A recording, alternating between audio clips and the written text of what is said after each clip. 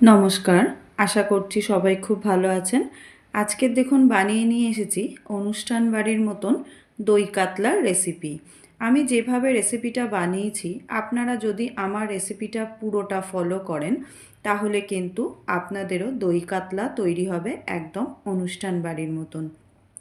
তাই আপনাদের সকলের কাছে অনুরোধ রইল যে রেসিপিটাকে পুরো ভালো করে মন দিয়ে দেখবেন, আর যেভাবে যেভাবে আমি যা যা জিনিস ব্যবহার করেছি তাই দিয়ে রেসিপিটা করার চেষ্টা করবেন। দেখুন এখানে আমি নিয়ে নিয়েছি 8 পিস কাতলা মাছ। সাইজগুলো আপনারা দেখে নিন কীরকম। দিয়ে দিলাম তাতে লবণ, আর দিয়ে দিচ্ছি অল্প সামান্য একটু হলুদের গুঁড়ো। এতে কিন্তু বেশি হলুদ আমি ব্যবহার করব না। দিয়ে মাছগুলোকে খুব ভালো করে হলুদ নুন মাখিয়ে নেব।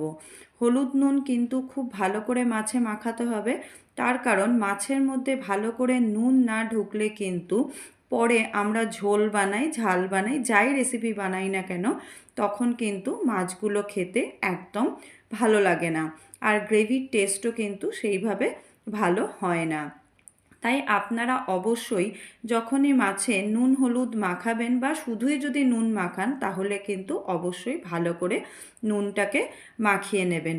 দেখুন আমার 8 পিস কাতলা মাছে কিন্তু নুন মাখানো হয়ে গেছে।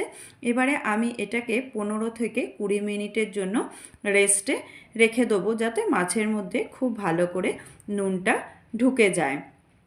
এবারে একটা মিক্সিং বোল নিয়ে নিয়েছি, তাতে দিয়ে দিচ্ছি একটা বড় সাইজের পেঁয়াজ, দিয়ে দিচ্ছি আদা রসুন, আর দিয়ে দিলাম 3টে কাঁচা লঙ্কা। দিয়ে এটাকে একদম স্মুথ একটা পেস্ট তৈরি করে নেব। দেখুন আমার পেস্ট কিন্তু তৈরি করা হয়ে গেছে। এখানে দেখুন নিয়ে নিয়েছি 5 চামচের মতন টক দই, দিয়ে দিলাম লঙ্কার গুঁড়ো, লবণ, জিরে গুঁড়ো, আর দিয়ে দিচ্ছি অল্প সামান্য চিনি। চিনিটা অবশ্যই আপনারা রেসিপিটাতে ব্যবহার করবেন। দিয়ে ভালো করে মশলাগুলো দিয়ে দইটাকে ফেটিয়ে নেব, যাতে পুরো মশলাটা দইটার মধ্যে মিশে যায়। দেখুন আমার কিন্তু সব মশলা দই কাতলা বানানোর জন্য তৈরি করা হয়ে গেছে। এই মশলাগুলো এইভাবেই আপনারা তৈরি করে নেবেন, তাহলে কিন্তু রেসিপিটা একদম অনুষ্ঠান বাড়ির মতন হবে, আর আপনাদের রান্নাটা করতেও সুবিধা হবে।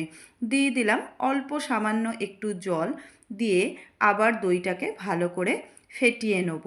দিলে দেখুন দানা দানা ভাবটা কিন্তু একদম চলে যাবে। দইটাকে এইভাবে আপনারা অল্প সামান্য একটু জল দিয়ে ফেটিয়ে নেবেন। কড়া বসিয়ে দিয়েছি, দিয়ে তাতে দিয়ে দিলাম সর্ষের তেল। সর্ষের তেলটাতে আমি দিয়ে দিচ্ছি অল্প সামান্য একটু নুন, দিয়ে ভালো করে তেলের মধ্যে মিশিয়ে নিলাম। তেলটাকে কিন্তু খুব ভালো করে গরম করবেন।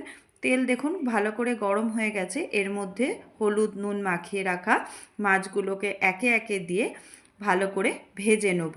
আবার বলি, এতে কিন্তু লবণটা দেওয়ার কারণ যাতে মাছগুলো কড়াইতে লেগে না যায়। আপনারা যখন মাছ ভাজবেন কড়াইতে তেলে অল্প সামান্য একটু নুন দিয়ে দেখবেন, মাছ কিন্তু আপনাদের লেগে যাবে না। দই কাতলা বানানোর জন্য মাছগুলোকে কিন্তু আমি খুব বেশি লাল করে ভাজবো না, এই রকমই ভাজবো। দুপিঠ ভালো করে ভেজে নিয়েছি, আপনারাও কিন্তু খুব লাল করে ভাজবেন না।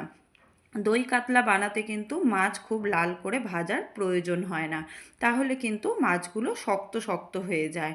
একটু নরম থাকলেই দই কাতলার টেস্ট কিন্তু বেশি ভালো হয়। বাকি মাছগুলো আমি একইভাবে ভেজে নেব।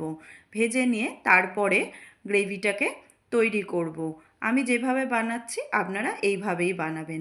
দেখুন কড়াইয়ে তেলে দিয়ে দিচ্ছি গরম মশলা, দিয়েছি লবঙ্গ, দারচিনি, এলাচ, আর দিয়েছি অল্প সামান্য একটু জয়িত্রী। দিয়ে তার মধ্যে দিয়ে দিলাম পেঁয়াজের পেস্টটাকে, যেই পেস্টটা আমি মিক্সিং বলে তৈরি করে রেখেছিলাম।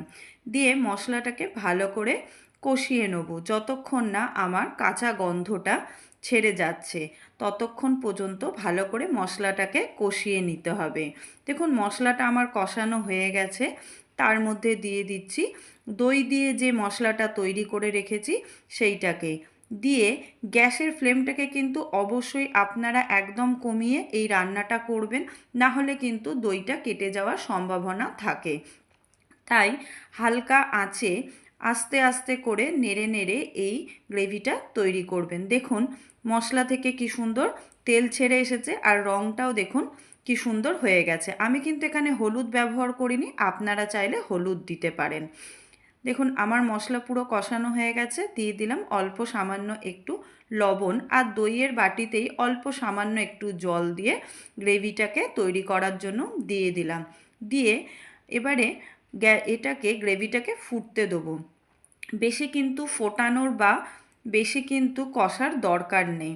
দিয়ে দিচ্ছি ভেজে রাখা মাছগুলোকে দিয়েও কিন্তু গ্যাসের ফ্লেমটাকে কমিয়েই রাখবো। গ্যাসের ফ্লেম কিন্তু আমি বাড়াবো না, আপনারাও গ্যাসের ফ্লেমটাকে কমিয়েই এই রান্নাটা করবেন। দেখুন মাছগুলো সব দেওয়া হয়ে গেছে। দেখুন আমি গ্যাসের ফ্লেমটাকে কমিয়ে রেখেছিলাম বলে ওপরে দেখুন কি সুন্দর তেলটা ভেসে এসেছে, আর দেখুন গ্রেভিটা কি সুন্দর দেখতে হয়েছে, রঙটাও কিন্তু ভারী সুন্দর হয়েছে। আপনারা এইভাবেই রান্নাটা কিন্তু করবেন। দিয়ে দিচ্ছি ঘিটা দিয়ে একটুখানি নাড়াচাড়া করে নেব, নিলেই কিন্তু গন্ধটা ভীষণ ভালো ছাড়বে। আর দিয়ে দিলাম গুঁড়ো গরম মশলাটা কিন্তু আমি বাড়িতেই তৈরি করেছি, পরে আপনাদেরকে এই রেসিপিটাও শেয়ার করব। দেখুন দিয়ে অল্প সামান্য একটু নাড়াচাড়া করে দেবো, মাছগুলোকে একটু ওলট পালট করে দিচ্ছি যাতে সব মাছের মধ্যেই গ্রেভিটা ভালো করে ঢুকে যায়। রান্না কিন্তু আমার প্রায় শেষ। এবারে গ্যাসের ফ্লেমটাকে বন্ধ করে দেবো, দিয়ে খানিকক্ষণ রেস্টে রেখে এটাকে আমি কড়াই থেকে নামিয়ে নেব। আশা করছি রান্নাটা ভালো লেগেছে। যদি রান্নাটা ভালো লেগে থাকে তাহলে আমার চ্যানেলটাকে সাবস্ক্রাইব করা সকলের কাছে অনুরোধ রইল, আর লাইক শেয়ার কমেন্ট করে আমাকে জানাবেন যে রেসিপিটা কেমন লেগেছে। আপনারা অবশ্যই বাড়িতে বানিয়ে দেখবেন দই কাতলা, আপনাদেরও কিন্তু দই কাতলা একদম অনুষ্ঠান বাড়ির মতন তৈরি হয়ে যাবে, আর সকলে খেয়ে কিন্তু বলবে ভীষণ ভালো হয়েছে। এটা আপনারা গরম ভাত, রাইস বা পোলাওয়ের সাথে খেতে পারেন। নমস্কার, ধন্যবাদ।